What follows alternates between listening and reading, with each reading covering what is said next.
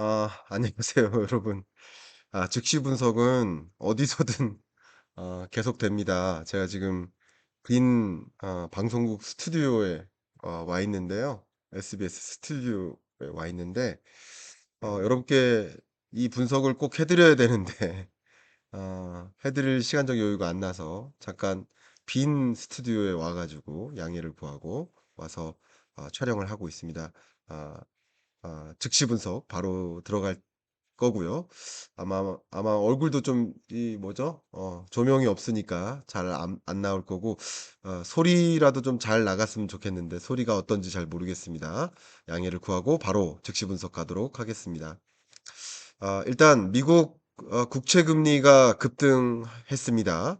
일단 첫 번째 팩트부터 전달해 드리면 30년물입니다. 초장기죠. 30년물 국채 금리도 5%를 초과하고 5.1%를 초과합니다. 여지까지 5%를 초과한 채 굉장히 높은 국채 금리의 흐름을 현재 보이고 있습니다. 자, 그리고 20년물 국채 금리도 마찬가지예요. 20년물 국채 금리가 5.1%를 초과한 채 움직이고 있습니다. 또 팩트부터 먼저 말씀드릴게요. 10년물 국채 금리 도 역시 4.5%를 초과한 채 굉장히 5% 거의 근접한 구간을 기록하면서 움직이고 있습니다. 미국 10년물 국채 금리가 급등하고 있습니다. 자, 국채 금리가 급등한다는 이야기는 국채 가격이 떨어진 것이다라고 제가 여러 번 말씀드렸죠.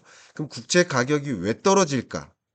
국채 가격이 왜 떨어질까라고 생각을 해본다면 미국 국채를 거래하는 이 채권 시장 내에서 채권을 거래하는 시장 참가자들이, 투자자들이 미국 국채를 선호하지 않는 겁니다. 미국 국채를 왜 선호하지 않는가? 가뜩이나 무디스가 경고했듯이 미국 굉장히 큰 재정 적자 상황 아닌가? 거기에 예산안이 실제 통과될 지경에 놓인 거예요. 미국 예산안, 본 예산안이 통과될 상황까지 놓인 거예요. 물론 공화당 내에서도 이견이 있어서 좀 우당탕탕하고는 있습니다만 어쨌든 트럼프의 감세안이 담겨 있는 예산안이 실제 통과될 것으로 생각하고 있는 겁니다. 5월 달에. 그러면 자, 이 부분이 중요합니다. 그럼 곧 트럼프발 감세안의 예산안이 통과될 것으로 생각하는데 그렇지 않아도 미국 재정 적자 심각하고 정부의 이자 지출액이 심각하게 높은데 그 많은 이자 지출액을 감당해야 되는 상황 하에서 감세안까지 도입이 되면 그러면 재정 적자 더 심각해지고 더 많은 국채를 발행하지 않겠는가? 미국에서 국채를 더 많이 발행해야만 이 나라 살림을 운영할 수 있지 않겠는가. 물론 뭐 정치적 이견 중에는 형평성이냐 아니면 부자 감세냐 이런 걸 가지고도 싸우고도 있지만 내부적으로도 싸우고 민주당과도 싸우고는 있지만 어쨌든 지금의 문제는 미국 그렇지 않아도 재정 적자 심각한데 재정 적자 더 심각해질 것 같고 여기서 국채 발행량이 더 늘어나면 국채 가격이 더 떨어질 텐데 그것을 예상하고 아마 통과될 거야라고 가정하고 국채 시장에서 거래가 이루어지는 것입니다. 이렇게 먼저 말씀을 드립니다. 또 이 국채 금리가 상승할 때 제가 아까 보여드렸던 20년물 국채 금리 사실 20년물 국채는 제가 이 연구자 인생을 사는 이래로 여러분들께 이 지표를 설명할 일이 있을까 하는 생각을 할 만큼 이 시장에서 상대적으로 많이 거래되지 않는 국채의 성격을 띱니다. 굳이 이제 비유를 한다면 적절한 비유가 아닐 수도 있지만 10원짜리 동전은 많이 사용하고 또 100원짜리 동전은 많이 사용하는데 50원짜리 동전은 많이 사용 안 해요. 만약에 약간 그런 느낌처럼 미국 국채를 발행할 때도 20년물로는 국채를 발행도 많이 안 하고 또 선호도도 좀 낮고 선호도도 낮고 거래량이 낮다 보니까 되게 재밌게도 30년물 국채 금리보다도 오히려 20년물 국채 금리가 높게 형성되는 일이 많이 있습니다. 국채 가격이 너무 어, 너무 떨어진다는 거죠. 그런 일까지 있으니까 미국 국채 시장에서 상대적으로 20년물 국채 금리 자체 이 20년물 국채 자체가 사라진 적도 있었어요. 사라졌다가 트럼프 1기 때 다시 도입했거든요. 자, 어쨌든 20년물 국채 금리에 대한 제가 한 가지 추가적인 코멘트 해드리고, 자, 여기서 중요한 걸 말씀드리겠습니다. 많은 분들의 질문이 이겁니다. 국채 금리가 상승했는데 왜 달러 가치는 떨어져요? 이 질문입니다.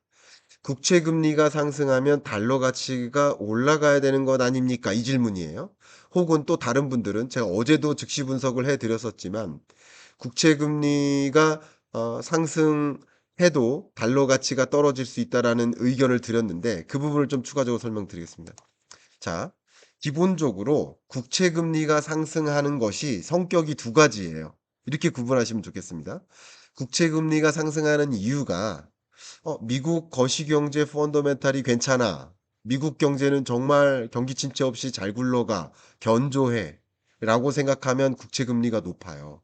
또 미국 경제가 견조하다 보니 미국 입장에서 굳이 금리를 당분간 인하할 일이 없을 것 같아. 금리 인하 기대감이 없어질 때 혹은 금리 인상할 것 같아라는 생각이 있을 때 이게 어쨌든 반영돼요. 물론 이게 단기 채권의 금리가 기준금리와 더 먼저 연동돼서 움직이고 10년물, 20년물, 30년물일수록 덜 연동되는 경향성이 있지만 어쨌든 연동되긴 연동됩니다. 자, 그런 면에서 정리를 한다면 국채 금리가 상승하는 일반적인 이유가 미국 거시경제의 펀더멘탈이 강하다. 그리고 금리 인하 당분간 더 없어질 것 같다. 금리 인하 점점점 더 멀어져 간다. 라고 생각할 때 10년물 국채금리, 20년물 국채금리가 올라가는 겁니다. 그럴 때는 달러 인덱스가 올라가요. 왜? 금리가 올라간다는 것, 시중금리가 올라간다는 것은 그 나라 돈의 가치가 강해진다는 것을 뜻하고, 그랬을 때는 달러 인덱스가 올라가요. 자, 이렇게 정리하겠습니다. 근데 그런 경우가 아니고 어떤 경우에 국채 금리가 이렇게 상승하기도 하느냐? 방금 말씀드렸던 것처럼 국채 시장 내에서 시장 참여자들이 그 발행하는 국채를 내가 매수해야 되나? 미국 달러 표시 채권 좀 신뢰감이 떨어지는데 예를 들면 신뢰감도 떨어지고 그것 매수해야 되나? 매수세가 약해지고 혹은 국채 공급량이 많아질 것 같아. 발행량이 많아질 것 같아. 이런 여러 가지 것들이 수급적인 요인에 의해서 과잉 공급 현상이 야기될 거라고 생각하면 국채 가격이 떨어지겠죠. 반대로 과소 공급, 수요가 너무 많아요.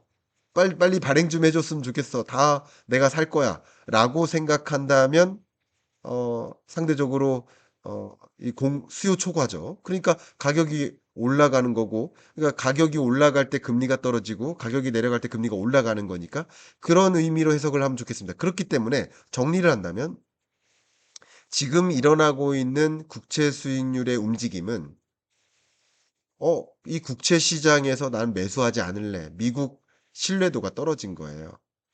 미국 국채 안 살래. 그리고 안 살래 하는 움직임, 그리고 공급량은 늘어날 것 같아 하는 수급적인 요인에 의해서 국채 금리가 올라간 겁니다. 그럼 수급적인 요인에 의해서 국채 금리가 올라갈 때는 미국의 상대적인 투자 의사, 신뢰도, 선호도가 떨어지면서 나타난 결과니까 이때는 달러 가치가 떨어질 수도 있는 겁니다. 이렇게 답변 드릴게요.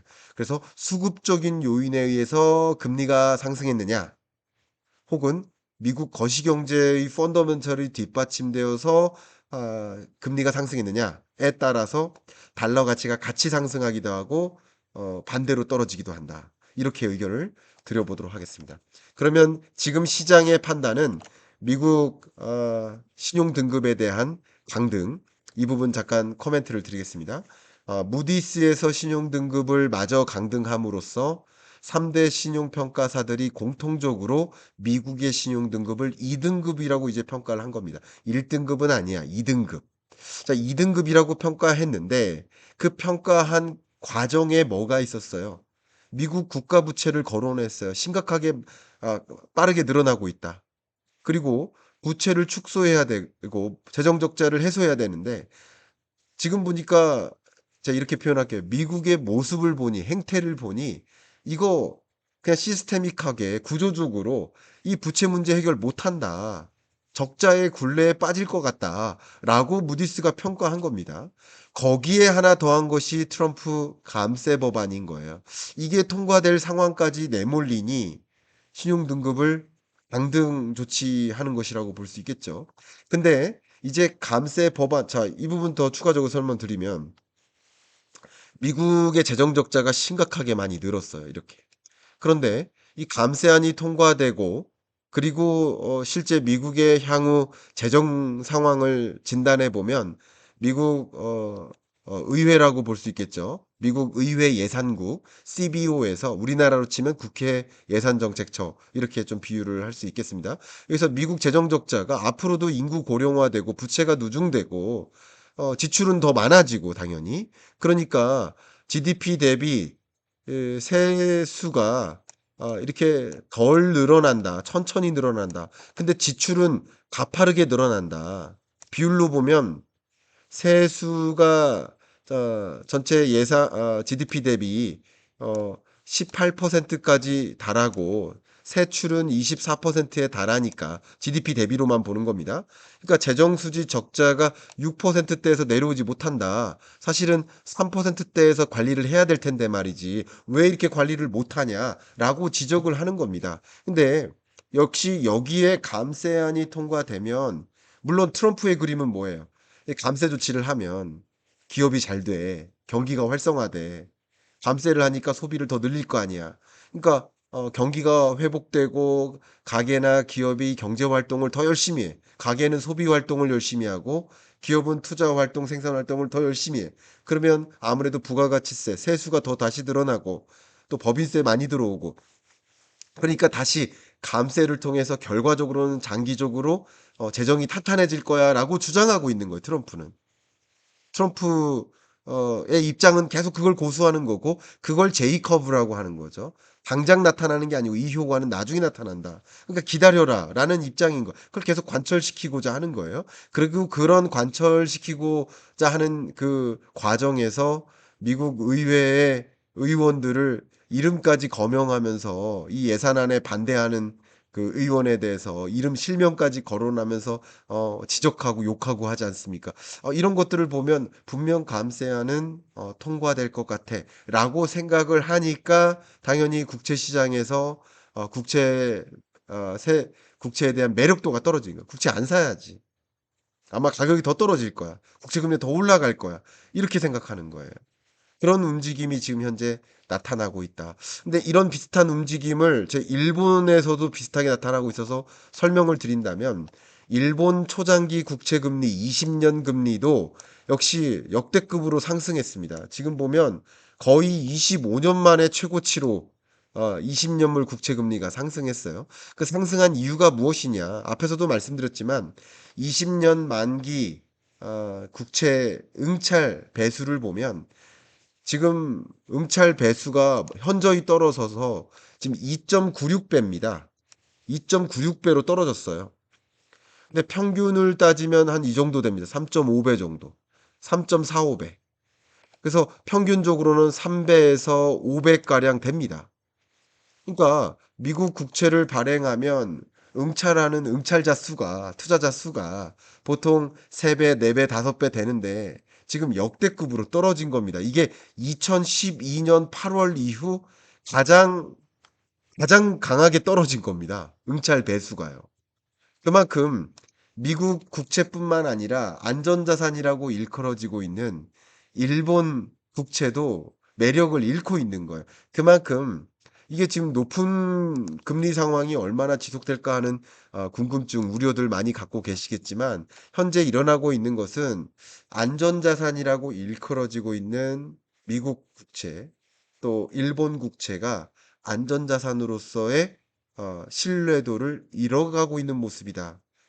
그래서 나타나는 국채 시장에서의 수급을 보면 현상이 확인되고 그래서 나타나는 국채 금리 상승이다. 여기에 나아가서 어 달러 가치가 하락하는 이유는 역시 미국 국채에 대한 선호도, 미국 달러 표시 채권에 대한 달러 표시 자산에 대한 선호도가 떨어져서다. 그럼 이게 모든 게 이해가 되시겠죠? 그렇게 제가 의견을 드리고 많은 분들이 어제 샤워하고 나와서 급하게 즉시 분석했던 영상에 대해서 또 질문을 주시길래 이렇게 답변을 충분히 드려 봅니다. 향후 전망을 말씀드리면 이거 좀 조심스럽습니다만 일단 이 시중금리는 기준금리와 완전히 동떨어져서 움직이긴 어려워요. 미국 기준금리는 25년 들어서 내내 4.5% 잖아요. 한결같이. 한 번도 변화한 적 없잖아요. 근데 시중금리는 요동쳤단 말이에요. 다만 기준금리가 4.5% 대에서 유지되거나 4.5% 밑으로 인하되는 과정이 있을 것이다라고 보는 게 피벗의 시대인데, 이 피벗의 시대에 10년물 국채금리를 비롯한 시장금리가 요동은 칠 수 있지만 완전히 벗어나서 따로 움직일 수는 없습니다. 일단 첫 번째 그거고요. 두 번째, 아마도 이 본 예산이 통과될 거라고 굳게 믿고 의사결정을 내린 결과물이 지금 미국 국채 시장이었으니까 정작 본 예산이 통과할 때는 내가 생각했던 거 그대로 이루어졌네 라고 판단할 가능성이 높고, 그렇기 때문에 저의 의견은 그때는 정작 국채 시장이 크게 요동치지 않을 수 있다. 요동은 치겠지만 장 초반에는 요동치겠지만 장 중반부터는 다시 제자리로 갈 수 있다. 이미 시장에 반영된 결과물이 펼쳐지는 것이다. 이렇게 해석을 할 수 있겠죠. 이렇게 의견을 좀 드려 봅니다. 제가 뭐 좋은 강의 환경, 촬영 환경은 아니지만 이 메시지를 꼭 전달드리기 위해서 여러분께 녹화 및 녹음을 한 것이고요. 끝으로 여러분들께 꼭 이 공지 말씀 드리고 싶어서 마무리로 말씀드리겠습니다. 제가 유튜브 외에도 오피셜 클럽을 운영하고 있고, 이 오피셜 클럽을 통해서 매일 여러분들과 중요한 경제 뉴스들을 정리해서 전달하고 있습니다. 매주 또 줌 수업을 통해서 소통하고 있습니다. 또 매월 오프라인 특강을 통해서 여러분들이 갖고 계신 그 대질문에 대해서 집중적으로 파고들어서 답변 드리는 시간을 갖고 있습니다. 여러분들이 유튜브 이상으로 더 많이 커뮤니케이션하고 더 많이 정보를 교류받고 더 경제 공부 더 많이 하고 싶다 하시는 분들 계시다면 여러분들께 이 오피셜 클럽 추천드리고, 이 고정 댓글 상단에 링크를 남겨 놓을 테니까 관심 있으신 분들은 찾아와 주시길 바라겠습니다. 자, 이상 마무리하고요. 네. 한 주 평안히 마무리됐으면 좋겠습니다. 저도 이렇게 정말 말 그대로의 즉시 분석이 어 뭐 있어서 재밌긴 하지만 뭐 좋은 의미로 그렇지만 저도 이제 그럴수록 피곤해지니까 저도 참 더 없었으면 한다 하는 마음까지 하면서 여러분께 더 불안을 야기하진 않았으면 좋겠다라는 마음입니다. 그 마음 전해 드리면서 마무리하도록 하겠습니다. 감사합니다.